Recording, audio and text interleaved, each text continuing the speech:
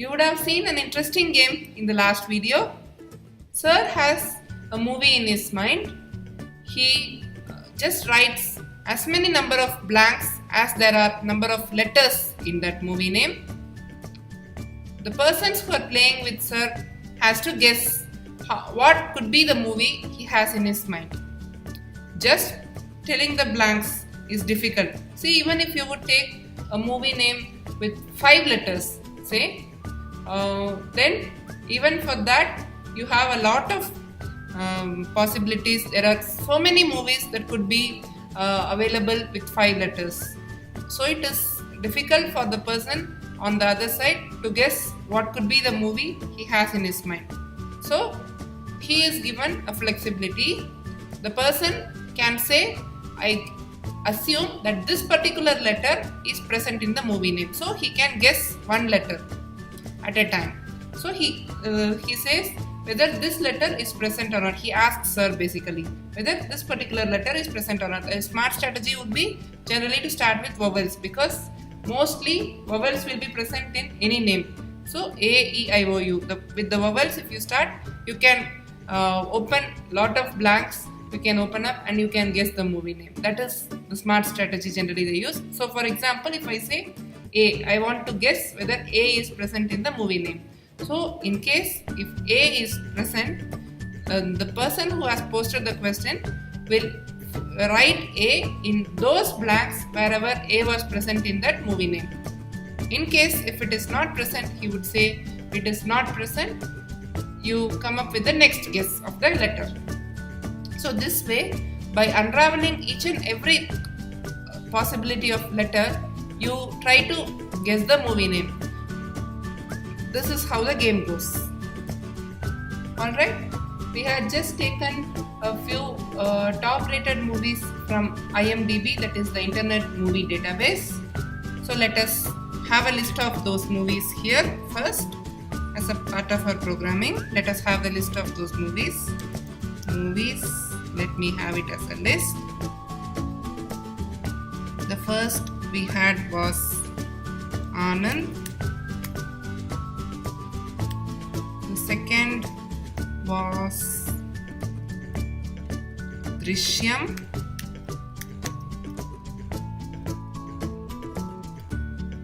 The third was Nayakan. The fourth was Ande Sivam. So I have taken. The fifth is Golmaal.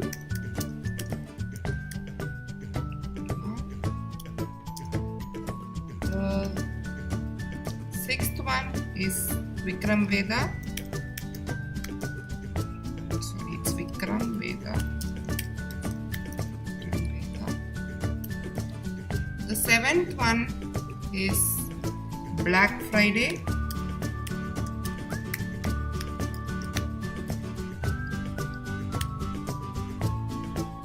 The eighth is Dangal.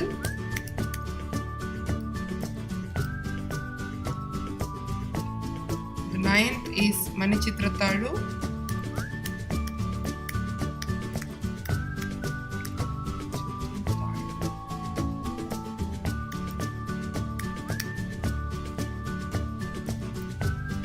And the 10th one is Tare Zameen Par.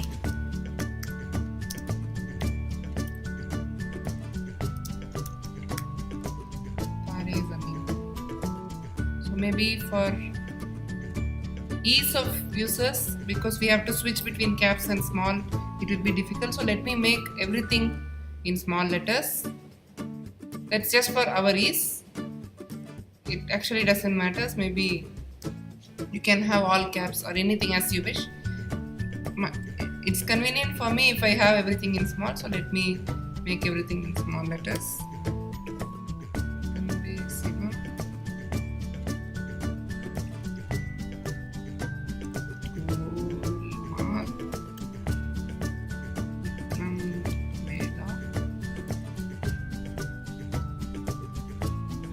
Black Friday,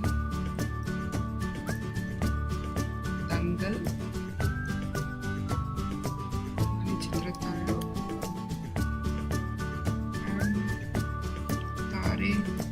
the mean. I have 10 movies. I have taken the top 10 from IMDb. You can take as many movies as you wish, or you can include your favorite movie as per your wish. This list is completely up to you. You can have as many, the ones whichever you wish. You can have it any way as you want. This list is completely up to you. So we have our list of movies. Now let's play. We will start our game. So this thing, if you would see here, it says undefined name play. So you say I want to play, but the computer doesn't know what to be done if you say play. So you have to define what is play. So you are defining DEF play. This is the particular syntax to define a new functionality. If I say play, these are the tasks that has to be done. You are defining it. So we will define what has to be the game. We will define basically what has to be done if someone says play. So here, let me say I have 2 players. As you had seen in the video, there were 2 players and one person was posing the question. Here, let me make it, the computer is posing the question. The list of movies we had given here already, the list of movies. From this list, the computer is posting the question. So just that is a change here, and we'll assume that there are 2 players who play the game. So this is a 2-player game basically. So we will have player 1 name. Each will be having a name. It will be good if you would refer them by their name. They'll feel a personalized thing of playing. The personalized play they could feel if you use their name instead of just calling player 1, player 2, X, Y, something like that.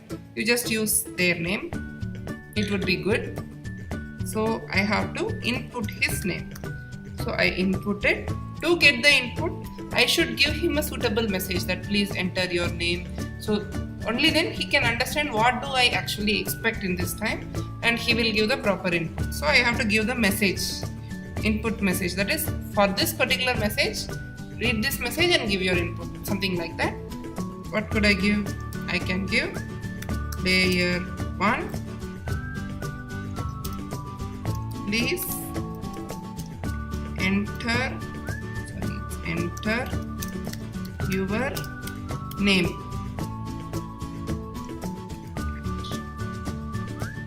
I have asked his name. The same has to be done for player 2 as well. So let me copy paste it. I'm sorry. I'll copy paste this.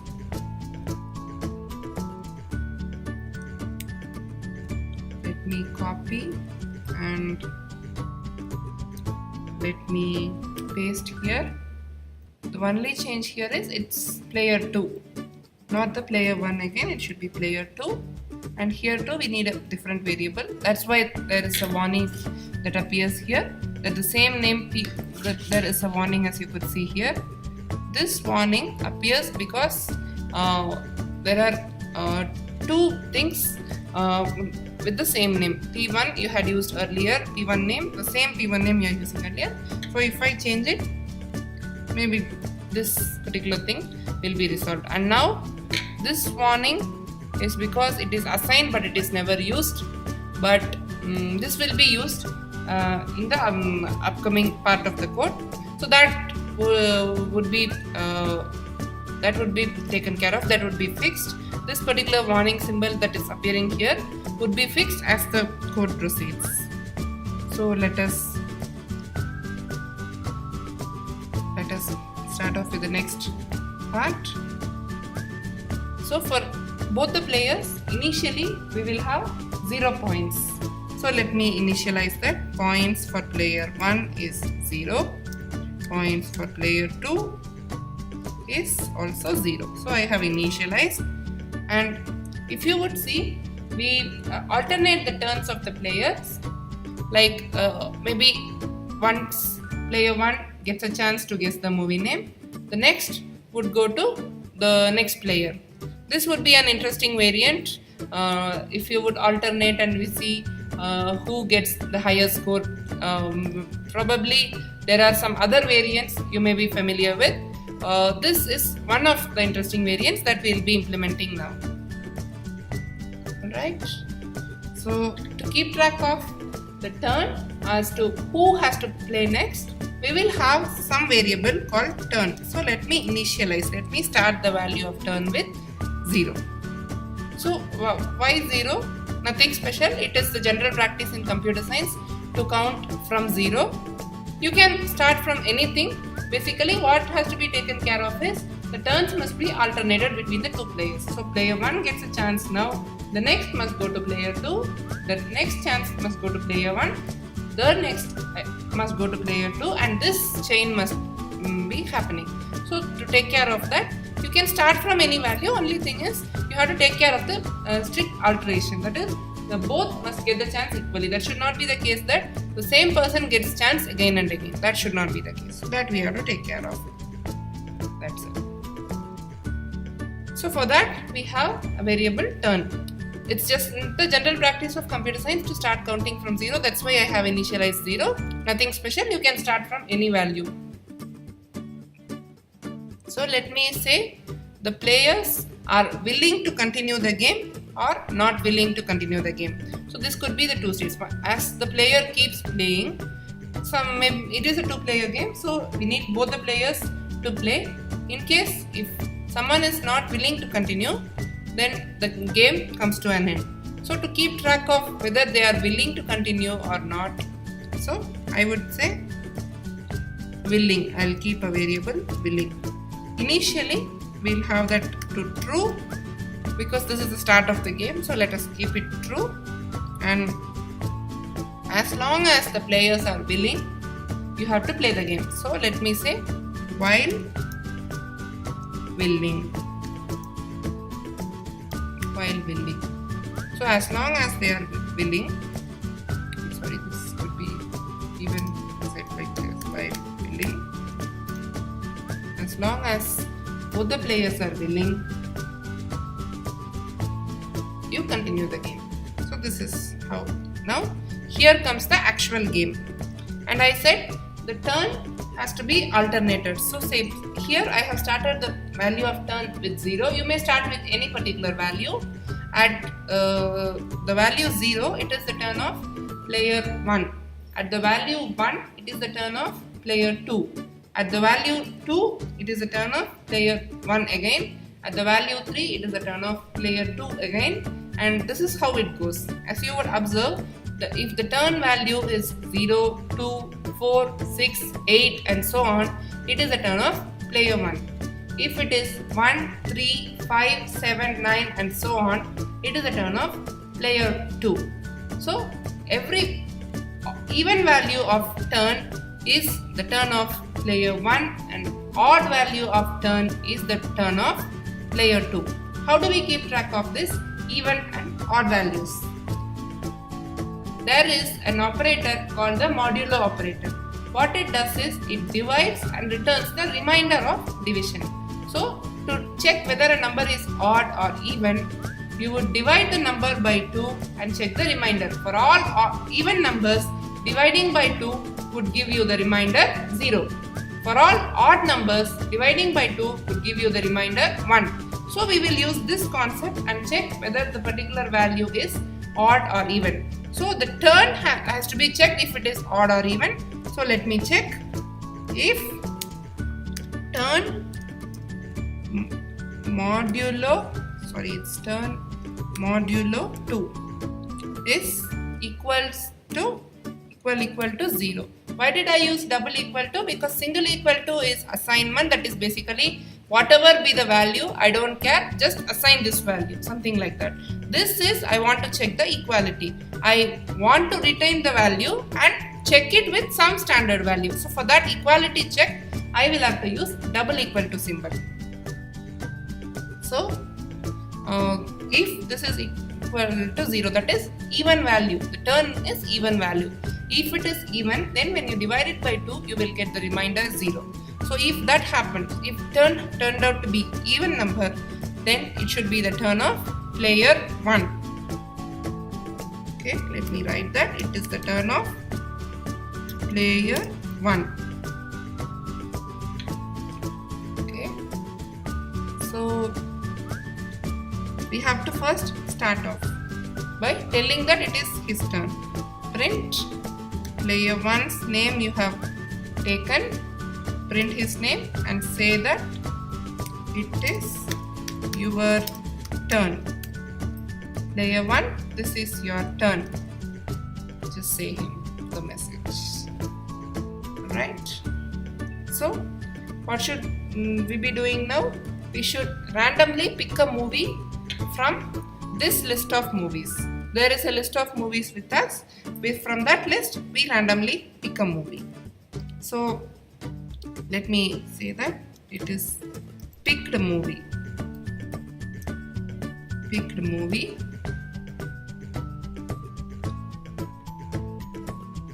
is nothing but, for randomly picking a movie, you need there is a built-in library called random. We need to import it. Let's import it now.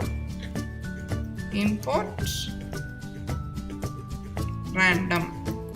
So this is a built-in library that would be used in order to pick something randomly from a given list or from a given range, something like that. For random selections, this particular library is used. So for picking randomly from the given list, we use a function called choice. It is defined in this random library. So I will be calling it as random.choice. Within this, I need to pass the list as the argument. The name of this list is movies. So I will pass movies. So basically what this does here, from this list movies, you pick a random choice and assign that to picked movie variable. So you are picking a random movie. This is what is done here. Now, once I have picked a movie, I need to create the question. That is basically I need to give blanks, that many number of blanks. So here I will be simulating blanks as stars. So if the movie contains, say for example here in our 6 letters, say Dangal is the movie I had picked. It contains 6 letters. I need to represent 6 blanks. Here I am representing blanks by stars. So I need to represent 6 stars. So I should create the question in that format. So this is my picked movie is Dangal. For that I need to create the question. So I have to create a question here. So let me do that. Let me say you create a question for that picked movie. So that is, if the picked movie has some 6 characters, in my case as I had said, then 6 stars must be present. And in case if the picked movie, for example, say if it is something like Anbe Shivam, Vikram Veda, Tare Zameen Par, these movies have spaces in between. So the spaces must not be encoded by star. Spaces must be retained as spaces, just the letters must be encoded as stars. So this encoding thing I have to do. This thing, let me say I have to create the question. So this is what is the task I have to do. Create a question, and once the question is created, I need to capture the created question. So let me capture it in a variable called question. So I had created a question. Alright. So I have, once the question is created and captured, I need to print it. Print this question. Print the question. And till now, the answer is not yet set. That is, the person has not yet said the answer. So let me say he has not said the answer. Not said. I will have a variable to keep track of whether the person has said the answer or not said the answer. So let me say this particular value is true. Not said is true.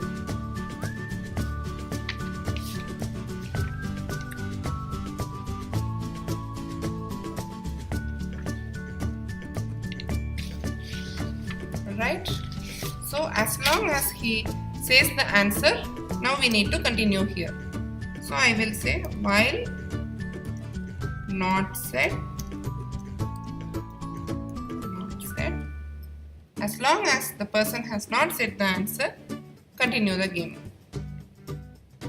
So what should you do? You should ask him to guess a character. So let me take the input character. Let me say it as CH. Let CH be my character. Or let me say letter. That is a better intuitive name. So let me say letter. Letter. Input. I have to input the character. Your letter. An intuitive message, I feel. You can modify this message as you wish. That's never an issue. The thing is, as how the question will be posed and the person is asked to guess whether this particular letter is present in the movie name or not, that is what we are doing. So I'm just asking your letter. Please enter your letter. This is what I want. So I'm inputting that. And I have to check if that letter is present or not. So let me say if that letter is present of that letter in the picked movie. A movie was picked, right? So we have to check whether that letter is present in this picked movie or not. So if this is present, you have to unlock the blanks wherever the letter was present. That part has to be taken care of here. Else, it's a simple thing. So let me complete that first. Then let's come back to this part of unlocking. Else, what should I do? Print his letter, whatever he has printed, he has guessed is not found. This is the message to be printed. This is simple. So let's see till now. We input the name of two players. Start with 0 points each. We have a variable turn to keep track of who has to play now, and we have a variable willing to keep track of whether they want to continue the game or they want to quit the game.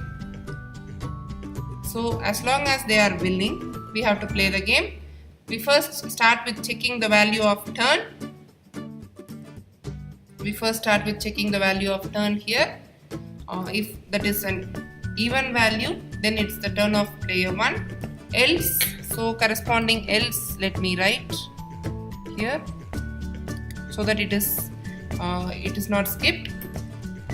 Let me write the corresponding value. It is in column 9, so I need to write the corresponding else in column 9. It's in column 9 now. Okay. Else, this is the turn of player 2. Okay.